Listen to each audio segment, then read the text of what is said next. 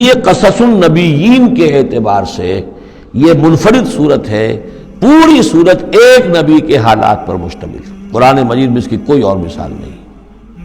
پھر یہ کہ اس میں وہ رنگ ہے ہی نہیں کہ حضرت یوسف علیہ السلام نے یہ دعویٰ کیا ہو کہ میں رسول ہوں، مجھے مانو، میری اطاعت کرو، اور وہاں کی جو قوم تھی اور بادشاہ جو تھا اس سے کوئی تعاون نہ کیا ہو، کچھ نہیں، وہ انداز ہی نہیں مانو گے تو عذاب آئے گا، کچھ نہیں۔ تو نبی میں اور رسول میں جو فرق ہوتا ہے وہ بھی آپ کنٹراسٹ اچھی طرح سمجھ لیجئے۔ حضرت یوسف نبی تھے، رسول نہیں تھے۔ رسول بنا کر جسے بھیج دیا جاتا تھا وہ تو پہلے کہتا تھا مجھے مانو، میری اطاعت کرو، اعبدوا اللہ واطیعون، اللہ کی بندگی کرو، میری اطاعت کرو، اللہ اللہ اور خیر سمجھو، اس کے بعد اگلی بات ہوگی۔ لیکن نبی کا معاملہ یہ نہیں ہوتا۔ نبی جیسے کہ مصلح ہوتے ہیں، نیک لوگ ہوتے ہیں، اولیاء اللہ ہوتے ہیں، خاص اللہ تعالیٰ کے برگزیدہ بندے ہوتے ہیں۔ اب ظاہر بات ہے کہ ایسے بھی ہوتے ہیں جیسے ہماری اس امت کے اندر حضور کے بعد کتنے ہیں اولیاء اللہ پیدا ہوئے ہیں، اونچی شخصیت ہے، کیونکہ وحی کا دروازہ بند ہو چکا ہے، نبی ان میں سے کوئی نہیں ہے۔ لیکن انبیاء بنی اسرائیل جو ہیں وہ گویا کہ اولیاء اللہ ہی تھے زیادہ تر، لیکن ان پر وحی بھی آتی تھی، وہ تسلسل جو ہے وحی کا چل رہا تھا۔ لیکن رسول وہی تھے کہ جنہیں تعین کے ساتھ کسی قوم کی طرف بھیج دیا جائے۔ حضرت یوسف کے جو یہ واقعات یہاں آ رہے ہیں اس تفصیل کے ساتھ اور پوری صورت نازل ہوئی ہے، اس کا ایک سبب ہے۔ میں نے آپ سے عرض کیا تھا کہ یہ جو آخری دور تھا مکی، آپ کے قیام مکہ کے دور کا، زمانے کا، تو اس میں یہ کہ چیزیں پہنچ چکی تھی مدینے میں بھی خبریں، اور مدینے میں اہل کتاب کے یہود کے کان کھڑے ہو گئے تھے۔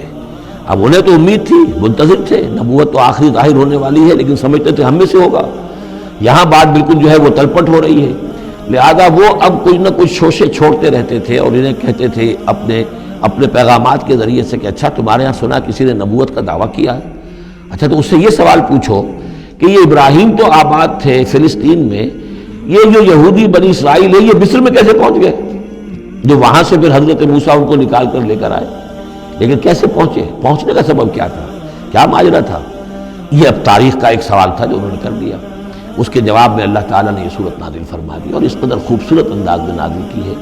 اور میں آپ کو ایک اور بات بھی بتا دوں کہ میرا قرآن مجید کے ساتھ جو معنوی تعارف ہوا ہے پہلی مرتبہ صحیح معنی میں، وہ اسی سورہ یوسف کے حوالے سے ہے، اور سورہ یوسف کی تفہیم القرآن مولانا مودودی کی۔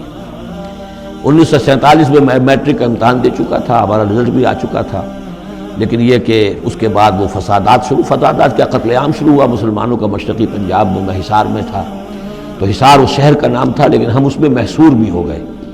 تقریباً 1.5 مہینہ ہم نے مورچے بنا لیے اور اپنی حفاظت کرتے رہے۔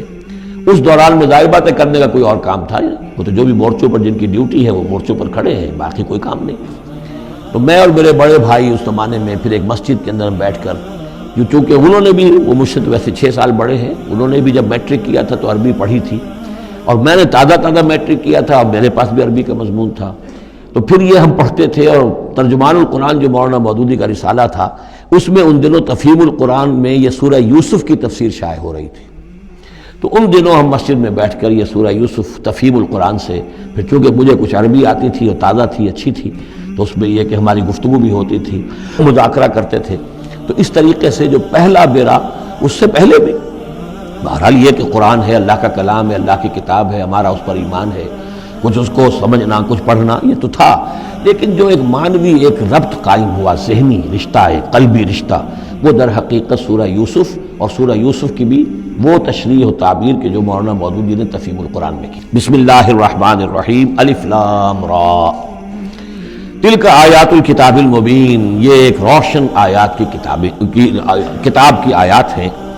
انا انزلناہ قرآنا عربیا، ہم نے اس کو نازل کیا ہے عربی قرآن بنا کر۔ کس کو نازل کیا ہے؟ وہ جو ام الکتاب میں ہمارے پاس ہے، وہ جو لوح محفوظ میں ہے، اس کو ہم نے اتارا ہے اب محمد پر، تو قرآن عربی بنا کر اتارا ہے۔ لعلکم تعقلون، تاکہ اے عربو، اے عرب کے رہنے والوں، اے امیین کہ جن کی طرف اولین بعثت ہمارے رسول کی ہوئی ہے، تم اچھی طرح سمجھ سکو۔ نحن نقص علیک احسن القصص، اے نبی ہم آپ پر بیان کرنے لگے ہیں بہترین بیان۔ یہ قصص نہیں ہے، قصص ہوتا قاف کے زیر کے ساتھ تو قصے کی جمع ہوتا، یہ بہترین قصہ ہم آپ کو سنا رہے نہیں، احسن القصص، قصص جو ہے یہ یہاں پر یہ مصدر ہے، بہترین بیان، ہم آپ کے سامنے بہترین بیان پیش کر رہے ہیں۔ بما اوحینا الیک ھذا القرآن، اس قرآن کے ساتھ جو ہم نے آپ کی طرف وحی کیا ہے۔